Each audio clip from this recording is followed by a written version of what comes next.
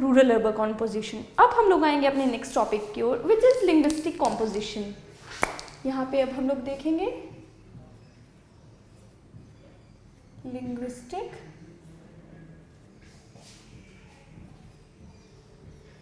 Composition. तो ये linguistic composition हमारे कंट्री का देखने से ऐसा पता चल रहा है कि जो लिंग्विस्टिक बेसिस पे, जो लैंग्वेज की बेसिस पे जो कॉम्पोजिशन है उसे हम कहते हैं लिंग्विस्टिक कॉम्पोजिशन। तो ये linguistic composition according to Grierson, what is Grierson? Grierson, it is linguistic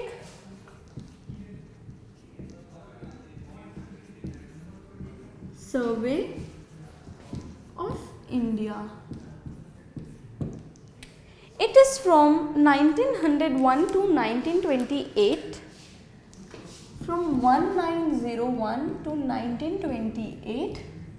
ये जो ग्रियर्सन है ये एक लिंग्विस्टिक सर्वे ऑफ इंडिया है। 1901 to 1928। इस सर्वे के अकॉर्डिंग हमारे कंट्री में, ये जो हमारा कंट्री है इसमें अराउंड 179 लैंग्वेजेस हैं। There are 179 languages in our country, और in apart from this 179 languages there are 544 dialects। देख के ही लग रहा है कि हमारे कंट्री में कितने सारे लैंग्वेजेस हैं। ये हमारी कंट्री का एक बहुत बड़ा कहावत है कि आप हर 8 मील पे आपको, मतलब इन एवरी 8 माइल्स आपको नई भाषा मिलेगी। मतलब हर 8 माइल्स के बाद एक नया, एक लैंग्वेज में एक कोई डिफरेंट, आपको कुछ ना कुछ डिफरेंस मिलेगा ही। तो इसकी वजह से ड्यू टू दिस हमारे कंट्री में इतने सारे लैंग्वेजेस हैं और इतने सारे डायलेक्ट्स हैं हमारे कंट्री के लैंग्वेजेस के। तो इस सर्वे के हिसाब से तो इतने लैंग्वेजेस और इतने डायलेक्ट्स हैं। अब अगर बात की जाए हमारे कॉन्स्टिट्यूशन की, तो हमारा ये जो कॉन्स्टिट्यूशन है उसमें ऑल टुगेदर, उस कॉन्स्टिट्यूशन में हमारे नेशनल कॉन्स्टिट्यूशन ने 18 शेड्यूल्ड लैंग्वेजेस हैं।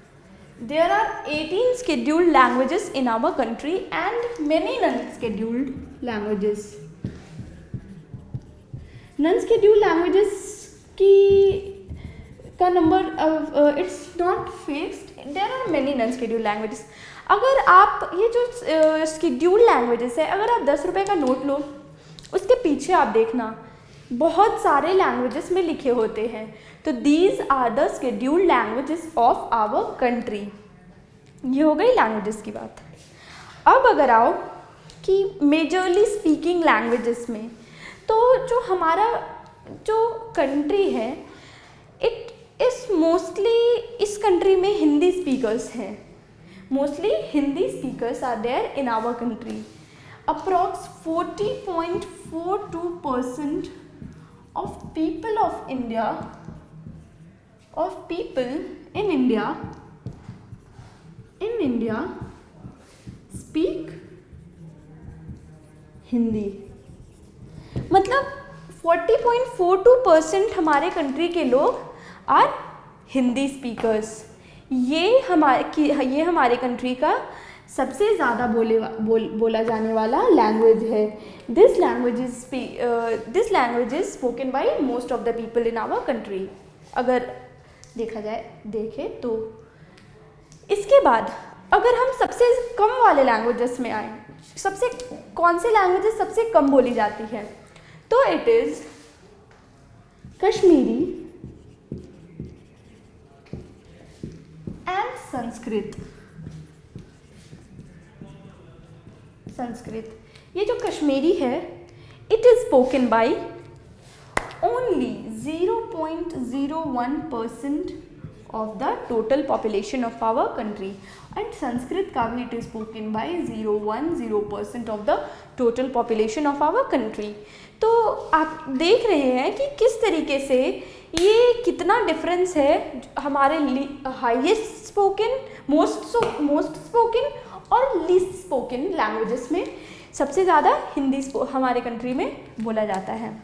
तो ये हमने देखा एक शॉर्ट में language composition of our country, language linguistic composition. अब लिंग्विस्टिक कॉम्पोजिशन के अलावा ये जो लिंग्विस्टिक है ये किसी ना किसी तरीके से तो क्लासिफाइड होंगी ही, कुछ ना कुछ तो हुआ ही होगा जिनकी वजह से ये लिंग्विस्टिक्स जितनी भी सारी हैं हमारी कंट्री में जितने सारे लैंग्वेजेस हैं वो क्लासिफाइड होती होंगी। तो लिंग्विस्टिक क्लासिफिकेशन जो है, if you will see the linguistic classification of our country, तो इसमें देखा जाए तो ये जो हमारे सारे लैंग्वेजेस हैं, जितने भी लैंग्वेजेस हैं, it has been divided into 4 families, 4 families में डिवाइड किया गया है इन लैंग्वेजेस को। और ये जो 4 फैमिलीज़ हैं लैंग्वेजेस की, ये फर्दर डिवाइड की गई हैं ब्रांचेस, ग्रुप्स एंड क्लासेस में। मतलब इसकी और भी सब फैमिलीज़ हैं, ब्रांचेस हैं, ग्रुप्स हैं इन चारों फैमिलीज़ की।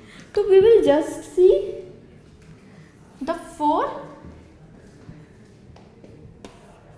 फैमिलीज ऑफ आवर लिंग्विस्टिक की 4 फैमिलीज़ को हम देखेंगे। तो जो पहली फैमिली है लिंग्विस्टिक की वो है ऑस्ट्रिक, दूसरी है Dravidian, and the third is Sino Tibetan and the सीनो-तिब्बतन।